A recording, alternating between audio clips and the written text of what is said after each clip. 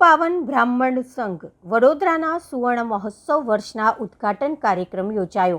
આ પ્રસંગે શ્રી બેડેકર ઉદ્યોગ સમૂહના મેનેજિંગ ડાયરેક્ટર અજીત બેડેકર, ઉદ્યોગ સમૂહના શ્રી કેદાર ચિતળ અને મરાઠી ફિલ્મ ઇન્ડસ્ટ્રીઝની પ્રખ્યાત અભિનેત્રી શ્રીમતી અનિતા રાતે કેળકર ઉપસ્થિત રહ્યા હતા। આ પ્રસંગે બોલતાના અધ્યક્ષ મિલિંદ ગદરેચીએ જણાવ્યું હતું કે ચિત્પાવન બ્રાહ્મણ સંઘ છેલ્લા 50 વર્ષથી સંસ્થા અવિરતપણે બ્રાહ્મણ સમાજ માટે વિવિધ પ્રવૃત્તિનું આયોજન કરતી હોય છે। એમણે સંસ્થાના નવા બિલ્ડિંગ માટે દાન માટે આહવાન કર્યું હતું। આ પ્રસંગે બોલતા બેડેકરે જણાવ્યું કે તે બધા જ સમાજને એકત્રિત કરવામાં ખૂબ જ જરૂરી છે। બધાના સાથ અને સહકારથી સારી રીતે વિકાસ થઈ શકે છે। એમને સંસ્થાને આગળની પ્રગતિ માટે ખૂબ ખૂબ શુભેચ્છા આપી હતી અને શ્રીમતી અનિતા કેળેકરે પણ સમાજની એકતા માટે ભાર મૂક્યો હતો।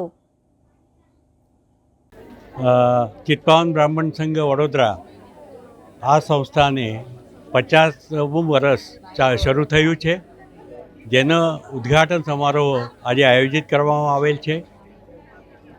આ સમારંભના પ્રમુખ તરીકે બેડેકર મસાલા ઇન્ડસ્ટ્રીઝના માનનીય શ્રી અજીતજી બેડેકર પધારેલ છે, તેમજ ચિતયબંધુ મીઠાઈ વાલે જે મહારાષ્ટ્રની પ્રખ્યાત મીઠાઈ બનાવટ છે એના શ્રી કેદારભાઈ ચિતળે છે।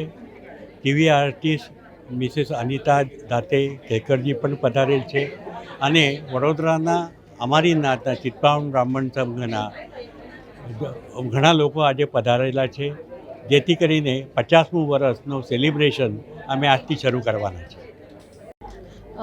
मैं मुंबई से आई हूँ। आज ये प्रोग्राम है चित्पावन ब्राह्मण संघ वडोदरा शाखा अपने 50वें साल में प्रवेश कर रही है।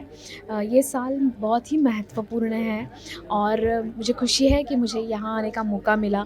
हमारे ज्ञाति के लोग सब यहाँ इकट्ठा हुए हैं चित्पावन ब्राह्मण संघ के, और उनके साथ मुलाकात होगी, गपशप होगी। तो ये बहुत अच्छा लग रहा है कि इतने साल बाद वडोदरा में किसी अपने ज्ञाति के लोगों के साथ मिलना। और यहाँ एक छोटा प्रोग्राम है कि यहाँ के लोग हैं जो लोकल आर्टिस्ट है, उन सबसे भी मुलाकात होगी। उनका कार्य हमें बताया गया है कि उन्होंने बहुत काम किया है, तो ये बहुत खुशी की बात है कि इन सब कलाकारों के साथ एक बार बातचीत हो सके। तो यही है, मतलब इससे प्यार बढ़ता है और ये भी है कि मेरा काम क्या है, उनका काम क्या है, हम एक दूसरे को समझ सकते हैं। तो बहुत खुशी है 50वें साल में चित्पावन ब्राह्मण संघ अपने प्रवेश कर रही है।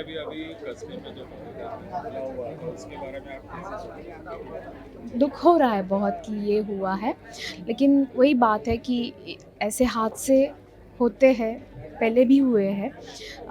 हमारा काम है देशवासियों का कि हमारे पंतप्रधान जो कह रहे हैं उनका कहना माने और शांति बनाए रखें। वही मैं करना चाहती हूँ और मेरी प्रार्थना है आप सब ये शांति बरकरार रखें।